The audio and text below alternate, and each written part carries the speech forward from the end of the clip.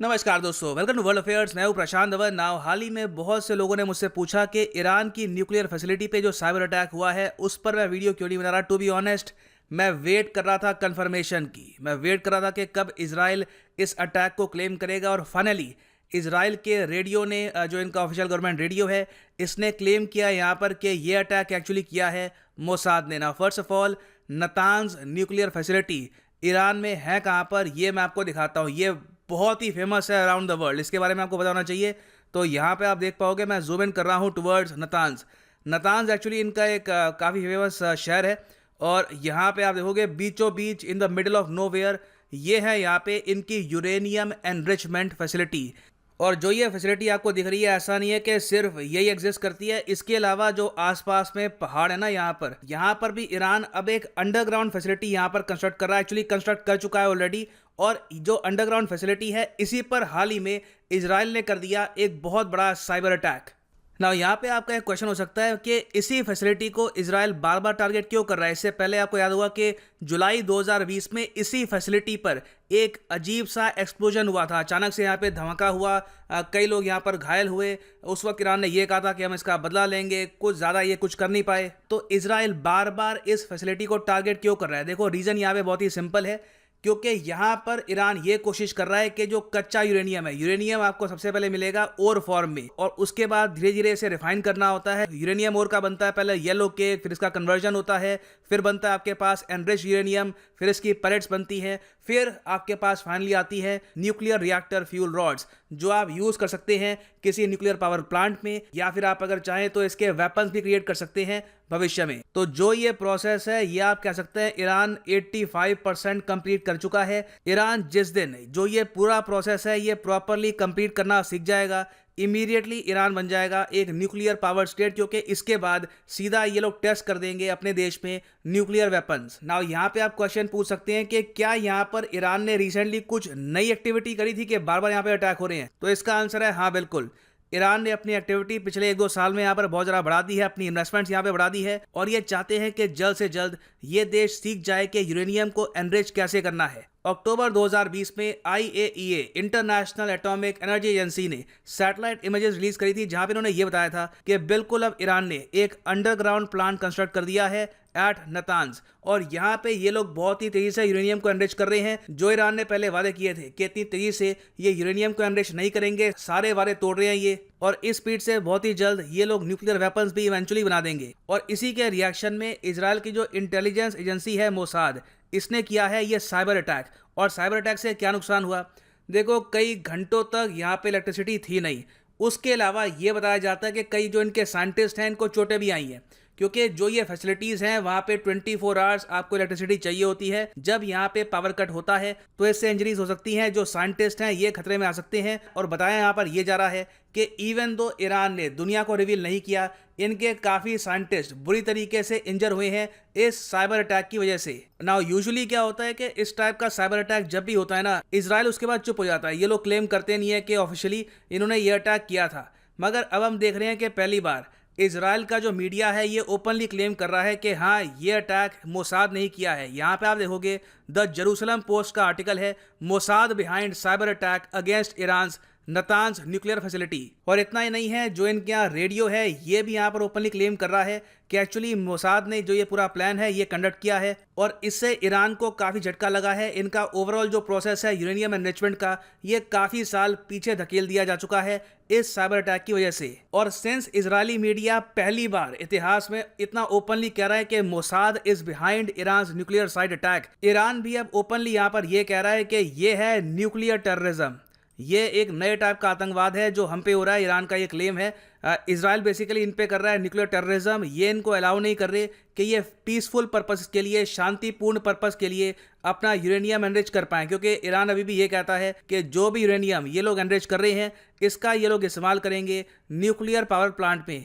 इस यूरेनियम के ये लोग वेपन्स नहीं बनाने वाले। वेराज ऑब्वियस सी बात है, इजराइल इस बात को एक्सेप्ट करता नहीं है। इजराइल ये मानता है कि ईरान बहुत ही जल्द न्यूक्लियर वॉरहेड बना देगा और भविष्य में ये लोग ब्लैकमेल कर सकते हैं इजराइल को इन वेपन्स के जरिए। तो ये अलाउ इजराइल कभी भी कर नहीं सकता, और इन्होंने ओपनली ये कहा है कि हम कभी भी ईरान को एक न्यूक्लियर पावर्ड कंट्री नहीं बनने देंगे।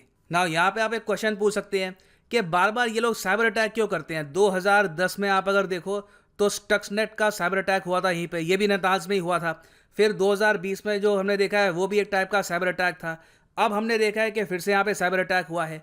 देखो रीज़न यहाँ पर ये है कि धीरे धीरे जो ये सारी फैसिलिटीज़ है, जो इनकी इंपॉर्टेंट फैसिलिटीज़ हैं जहाँ पे एक्चुअली ये काम कर रहे हैं, ये कर दी गई है अंडरग्राउंड।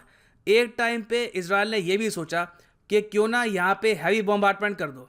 इजराइल के लिए कोई मुश्किल काम है नहीं, इनके पास बॉम्बर्स हैं, ये यहाँ पर चाहते तो आराम से बॉम्बिंग करके आ जाते। और एक्चुअली यहाँ पे आप देख पाओगे इजराइल के जो डिफेंस मिनिस्टर है इन्होंने ओपनली यहाँ पे कहा भी था कि the Iranian regime is eager to have nuclear weapons and it is clear that Israel needs to have military options on the table.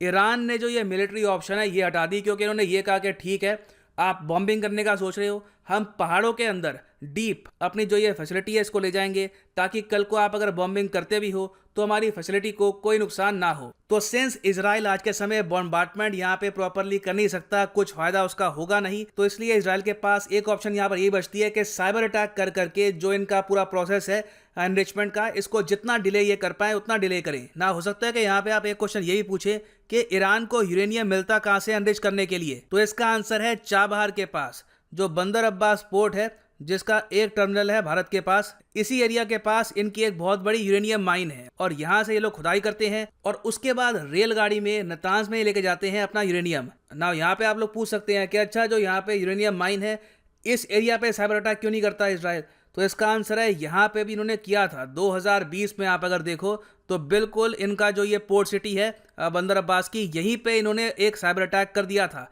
और इससे इनको कुछ नुकसान हुआ। मगर ओवरऑल आप कह सकते हैं कि ईरान ने हिम्मत अभी हारी नहीं है, ये लोग अभी भी कोशिश कर रहे हैं कि even after many cyber attacks ये लोग काम करते रहें अपने न्यूक्लियर वेपन प्रोग्राम पे। अब यहाँ पे एक और क्वेश्चन सामने आ सकता है, इजराइल ये सब करता कैसे है? आई मीन हमसे तो नहीं होता। ये सुने हुए अरसा हो गया कि इंडिया ने इस टाइप का साइबर अटैक किया है पाकिस्तान पे या चाइना पे या फिर किसी और कंट्री ने किया है। हमेशा सुनने में यही आता है कि इजराइल इस टाइप का अटैक कर रहा है। इजराइल बेसिकली इतने कमाल के साइबर सिक्योरिटी एक्सपर्ट्स लाता कहाँ से हैं? क्योंकि मोसाद में जो लोग काम कर रहे हैं ऐसा तो है नहीं कि ये लोग आसमान से आए हैं, घूम फिर के आम जो इजरायली नागरिक हैं यही रिक्रूट होते हैं इन मोसाद। तो देखो यहाँ पे आपको समझना होगा कि इजराइल ये सब कर कैसे पाता है, और यहाँ पे भारत के लिए भी एक लेसन है। इजराइल प्राइमरली फोकस करता है ह्यूमन कैपिटल पर, मतलब कि जो नागरिक हैं इनको प्रॉपर ट्रेनिंग दो, इनको प्रॉपर एक्सपर्टीज दो और बहुत ही यंग एज से इनको बताओ साइबर सिक्योरिटी के बारे में। एक्चुअली फोर्ब्स ने 2017 में एक पूरा आर्टिकल पब्लिश किया था इस इशू को लेकर कि इजराइल कैसे बना एक साइबर सिक्योरिटी का पावर हाउस। इसका देखो एक काफ़ी बड़ा रीज़न यहाँ पर यह है कि बेंजामिन नेतन्याहू ने 2010 से ही कोशिश ये करनी स्टार्ट कर दी थी कि इजराइल को बनाएंगे ये एक साइबर सिक्योरिटी का पावर हाउस। और इसके लिए जब ये गए अपने एडवाइज़र के पास, इन्होंने यहाँ पर यह कहा कि हमें क्या करना चाहिए। इन्होंने सिंपली यहाँ पर यह कहा कि देखो इसका कोई शॉर्ट टर्म प्लान नहीं होता, आपको बिल्कुल ग्राउंड लेवल पर यूनिवर्सिटी में स्कूल्स में जो हमारे बच्चे हैं उनको आपको प्रॉपरली बताना होगा कि साइबर सिक्योरिटी होती क्या है, लेटेस्ट ट्रेंड्स क्या है, इसको आप कैसे लर्न कर सकते हो, कैसे इसमें आप माहिर हो सकते हो। तभी जाकर इवेंचुअली हमारे सामने हज़ारों बच्चे होंगे जो साइबर सिक्योरिटी में होंगे एक्सपर्ट, और जो ये हज़ारों बच्चे होंगे इनमें से जो बेस्ट ऑफ द बेस्ट है ये चूज़ करेगा मोसाद। तो इजराइल में आप अगर देखोगे तो जो इनकी यूनिवर्सिटीज़ हैं, जो इनके ऑनलाइन साइबर सिक्योरिटी कोर्स हैं, इनको काफ़ी बार कहा गया है they are the best in the world. उसके अलावा आप अगर देखो तो ये 2014 का एक आर्टिकल है, इजराइल के स्कूल्स को रैंक किया गया था बेस्ट इन साइबर रिसर्च। जी हाँ, साइबर रिसर्च स्कूल में ही स्टार्ट हो जाती है यहाँ पे। और इजराइल एक्चुअली दुनिया का पहला देश है जिसने ये आइडिया निकाला कि क्यों ना एक पीएचडी प्रोग्राम लॉन्च हम करें फॉर साइबर सिक्योरिटी। बाद में अगर हम देखें तो और कंट्रीज ने भी इसको फॉलो किया है। इंडिया में भी आज के समय पीएचडी होती है इन साइबर सिक्योरिटी, मगर इजराइल ऐसा करने वाला पहला देश था। उसके अलावा आप अगर देखो तो मिडिल स्कूल से साइबर सिक्योरिटी की जानकारी देने वाला, एजुकेशन पिलाने वाला, ये कॉन्सेप्ट इंट्रोड्यूस करने वाला देश सबसे पहले था इजराइल। बाद में कई देशों ने इनका मॉडल कॉपी भी किया है। उसके अलावा इनके देश में टोटल 6 रिसर्च सेंटर है जो गवर्नमेंट फंडेड है, जो कंप्लीटली डेडिकेटेड है टू साइबर सिक्योरिटी। और एक्चुअली आइजैक बेन इजराइल जो मेन आप कह सकते हैं आर्किटेक्ट हैं इजराइल के साइबर सिक्योरिटी प्रोग्राम के, इन्होंने इजराइल की जो यूनिवर्सिटीज़ हैं यहाँ पे ऐसा सिस्टम डेवलप किया कि किसी भी स्ट्रीम का जो स्टूडेंट है एक्सेप्ट आर्ट्स को छोड़कर किसी भी स्ट्रीम का जो स्टूडेंट है ये लर्न कर सकता है साइबर सिक्योरिटी। तो एक्चुअली लर्निंग की जो पॉसिबिलिटी है ये इन्होंने खोल दी बहुत ही यंग एज से। तो इससे क्या हुआ है कि हर साल इजराइल को मिल जाते हैं बहुत सारे होनहार cyber security experts eight a very young age, और फिर मोसाद चेक करता है कि इनमें से बेस्ट ऑफ द बेस्ट कौन से हैं और इनको ये कर लेते हैं रिक्रूट। क्योंकि मोसाद को आप अगर देखो, इनका बजट है 2.73 बिलियन से भी ऊपर। मोसाद सीधा रिपोर्ट करता है इजराइल के प्राइम मिनिस्टर को, मतलब के बेंजामिन नेतन्याहू को। तो पूरा जो प्रोसेस है बहुत ही सीमलेस है, और इसी वजह से हम देख रहे हैं आज के समय कि ये लोग इजराइल में बैठे बैठे ईरान को कई हजारों किलोमीटर दूर इतने बड़े हेडेक, इतना बड़ा सरदर्द दे सकते हैं थ्रू कॉम्प्लेक्स साइबर अटैक्स। तो ओवरऑल यहाँ पे मैं ये कहूँगा एक्चुअली इजराइल से सीखने के लिए यहाँ पे बहुत कुछ है इंडिया के लिए। अभी हाल ही में मैंने आपको ये बताया था कि जो साइबर पावर का इंडेक्स है, ग्लोबल साइबर पावर इंडेक्स, उसमें भारत की रैंक टॉप 20 से भी नीचे है। विरेज आप अगर देखो इजराइल की रैंक है 11th। तो हम लोग एक्चुअली काफ़ी कुछ सीख सकते हैं इजराइल से।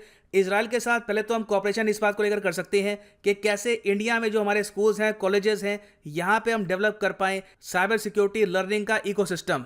और मेरे हिसाब से अगर 2030 तक हमको प्रॉपरली तैयार रहना है as a cyber security powerhouse, जो खुद को डिफेंड कर पाए फ्रॉम साइबर अटैक्स जो आएंगे फ्रॉम पाकिस्तान या फिर चाइना, तो उसके लिए ये स्टेप्स होंगे एब्सोल्युटली नेसेसरी। तो खैर अगर हम बात करें ईरान और इजराइल की सिचुएशन की, ईरान पे देखो अब प्रेशर यहाँ पर यह है कि क्या ये इजराइल पर रिटेलिएशन करते हैं, क्या ये इजराइल पर डायरेक्टली अटैक करते हैं। अभी के लिए ईरान क्या कर रहा है कि जो भी इजराइल की कार्गो है जो गुजरती है फ्रॉम द स्ट्रेट ऑफ हरमुज, उस पर अटैक करता है। तो अब क्वेश्चन यहाँ पर यह आता है कि क्या ये इजराइल की धरती पर कुछ अटैक करेंगे, किसी टाइप का साइबर अटैक या रॉकेट से अटैक करवाएंगे थ्रू हिजबुल्लाह, ये देखना होगा।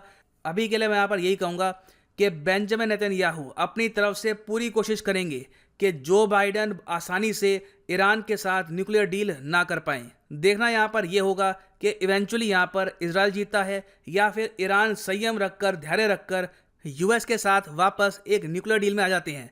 This will be very interesting to see in the coming few months. तो अभी के लिए यह है अंत इस वीडियो का। Thank you for listening and as always God bless you all.